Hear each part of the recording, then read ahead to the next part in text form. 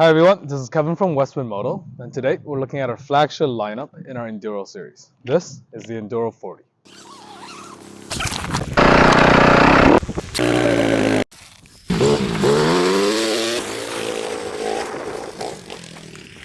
So let's start with an unboxing and see what's inside. First off, we have the exhaust protector.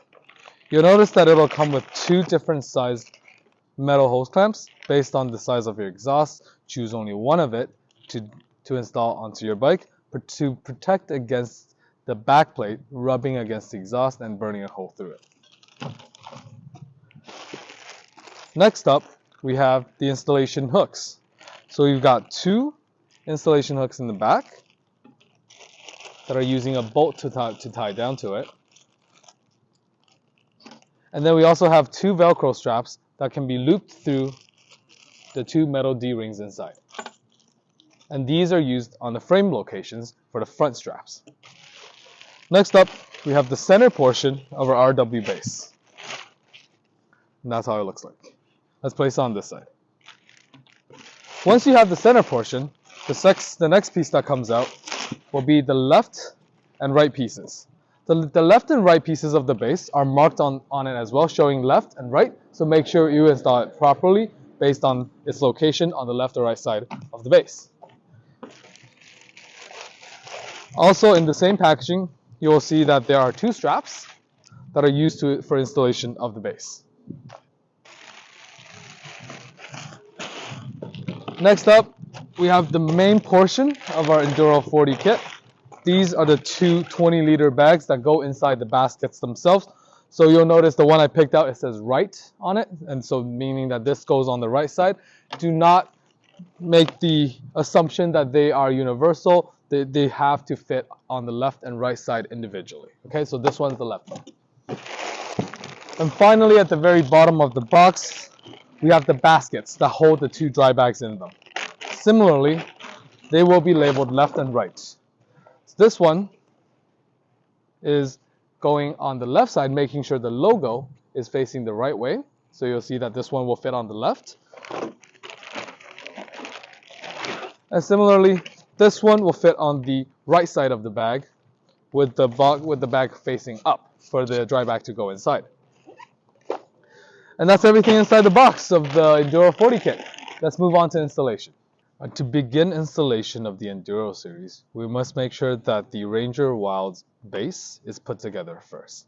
Now you'll see that on the base, there's wording. Make sure that the grab handle is facing the back of the bike and the logo is facing the front of the bike that way. So make sure, this allows for easy removal of the entire system from the bike and pulling it backwards. All right. Next step is to figure out which of these three mounting locations the left and right sides will be mounted on. You'll see that there are metal hooks, two on each side of the left and right bracket, to mount onto the center of the base. So we usually recommend that the closest mounting points, so the closest ones to the middle, are used for dirt bikes. Right. So in this scenario, since our demo bike is going to be a KTM 250 SXF, we're going to mount this in the center. Okay, now that's the base put together with the left and right pieces installed. Before putting this entire base plate onto the bike, it's easier to actually install the basket system onto the back plate first. Make sure that the words on the basket are actually lining up with the words on the base plate itself. So in this scenario, facing it upwards this way, the Westwind logo is matching the right side. So this is for the right side. Now to install it, you'll notice that on the base plate itself, we have four mounting locations here, and the fifth one up top. This matches together with the four mounting locations on the basket. 1, 2, 3, 4, and the top one for this. This is the most important piece that I need to talk about before installing this. So let's get into it first. To install the top buckle, we got to make sure to remove everything first. Female head is off. This adjustment buckle, we still need to get this out as well. Now, it's quite easy to understand how it's going on. So with it flipped, with the basket facing the right way up, you'll see that this strap needs to go through the bottom hole You pull it out, and you loop it through the top hole.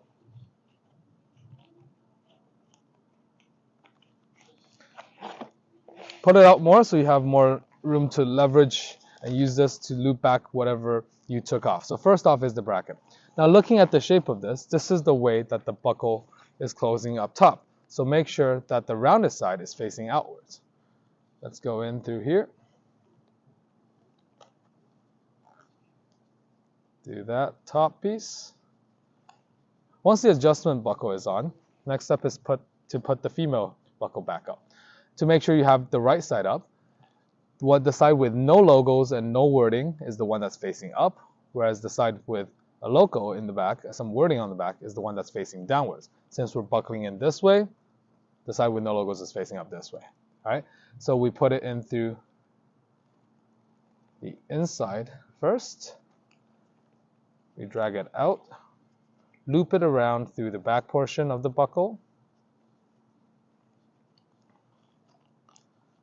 Right? In some cases, this is as far as you need to go to put it back, but just to be safe, I always recommend putting the extra amount of straps back through the adjustment buckle again, just so that it doesn't come loose. We'll loop it through the top portion of the adjustment buckle, and the remaining portion left, let's pull the buckle back up a bit and loop it through that final hoop there. Can be a bit of a stretch,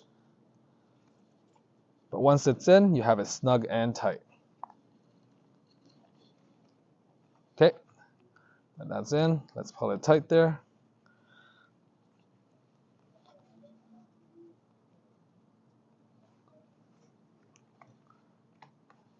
Now the buckle is looped through.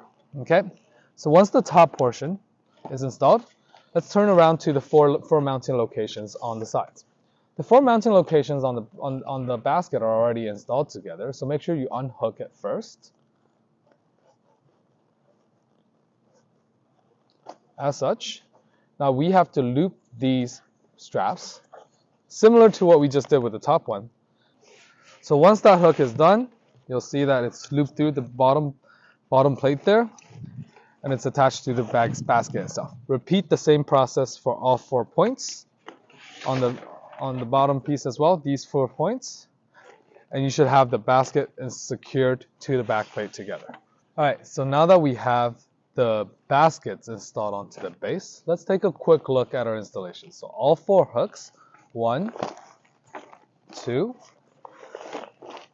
3, and 4. All 4 hooks, as well as the 5th one with the female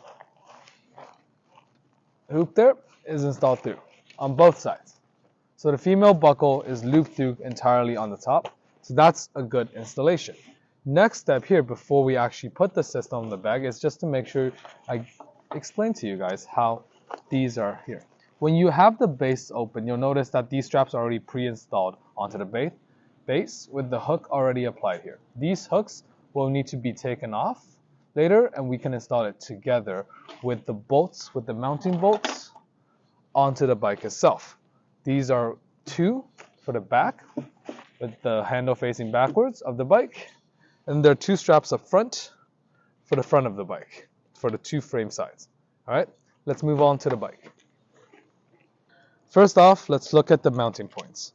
As you can see, I've already pre-installed the 2 rear mounting points on the bike. Because this is a dirt bike, there's no mounting points originally on the factory. Similarly, for adventure bikes, you may have bolts available, so you can obviously take out the bolt provided with this kit and find a way to install the hoop onto your adventure bike. Everything goes on the top with only a washer and a nut on the bottom for installation. All right, so next up is the D-ring and the Velcro strap for the front frame mount location of the bike. You'll see that I've already pre-installed a D-ring frame mount here. So let's perform this installation using the Velcro strap and the D-ring on the other side of the bike here. Finding the same frame location, about the same location, probably down here or up here, I would personally choose to have the upper location here. Wrap the Velcro around, insert the D-ring through it, tighten the Velcro strap onto it, And now just kind of wiggle and loop the Velcro around maybe once over. And once you have it on a good circle around, kind of just rub the Velcro around the frame and just keep tightening the remainder portion of the Velcro. The strap is kept long because we have installation for bigger adventure bikes with thicker frames and dirt bikes as well with these thinner frames. We have the additional length here available just for circumstances where you need that additional length. Once that's done, we have it fully installed. It's not touching the exhaust at all, and the D-ring provides a better support to loop the cables through later when we proceed with the next steps of installation. All right, so let's throw the entire system that we put together on the side onto the bike. So let's look at how the front mounts to the D-ring strap there. Before we make it through the loop there, we make sure that there's no extra length here. If there is, make sure you adjust it so there's no extra length. Once find the right angle where they will pass through. If you try to push through that way, it will not work. Only sideways, at the right angle, can you pass it through the hook. Loop it back, and if you can't reach that hook where you initially removed it from, loosen the strap to a point where you can. Now, this was previously tied down. I'll show you how that Velcro works in this. So let's grab some additional length. It doesn't have to be tight right now. Let's go back here, under the basket, and loop this through the hoop. That's good on one side. Let's do it for the other side first, and then we'll go to the back. Now on the rear, make sure that this hook is hooking onto the middle tabs. The middle two tabs of the base. Do not hook it onto the tab here that's on the left and right side of the base, okay? Make sure it goes back into the middle portion. Now, the reason why we take it off now is to make sure that there's no extra length here, as all the adjustments is done on the other end. So this, keeping it at a good length, let's put it back in through the hoop. It's double layered, so make sure you get it through the whole thing. Push it through. Now you'll see that we have an additional hook that's already pre-installed in the middle of the strap here. This hook needs to go through that rear mount point we just installed. Similarly on the other side, making sure that there's not too much extra length at the tip of that hook. Let's find the other middle hook here, loop it through the rear mount point. Now, we have all 4 points installed. It's time to pull it tight. My recommendation is always to shift it back enough, far enough to have enough space for you to sit down. Once it's in the right location, I like to pull the rear two straps using the push handles here by pulling that. Pull it tight to some extent. Similarly on the other side, there's that push tab there. Pull it tight to some extent. Now this looks good on the rear. So let's go to the front and make sure the front two tabs are pulled straight. So the next step is to get the left side of the 20-liter dry bag into the left basket. One feature to note is that on the bottom of the basket, there's actually a hole opening here that's going to allow you to easily fetch this strap on the dry bag once you're trying to get it in through that hole and just pull it through entirely to the bottom. Once the bag's in, remember I mentioned about triple rolling it. Triple roll it, tighten it to the buckle there. Same thing on the other side. Tightening it down. And one more thing. Remember that top central buckle that we looped through the base?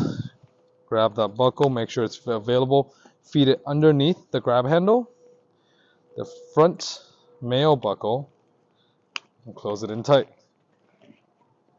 That is the left side of the Enduro 40 series, a total 20 liters of storage installed properly onto the bike.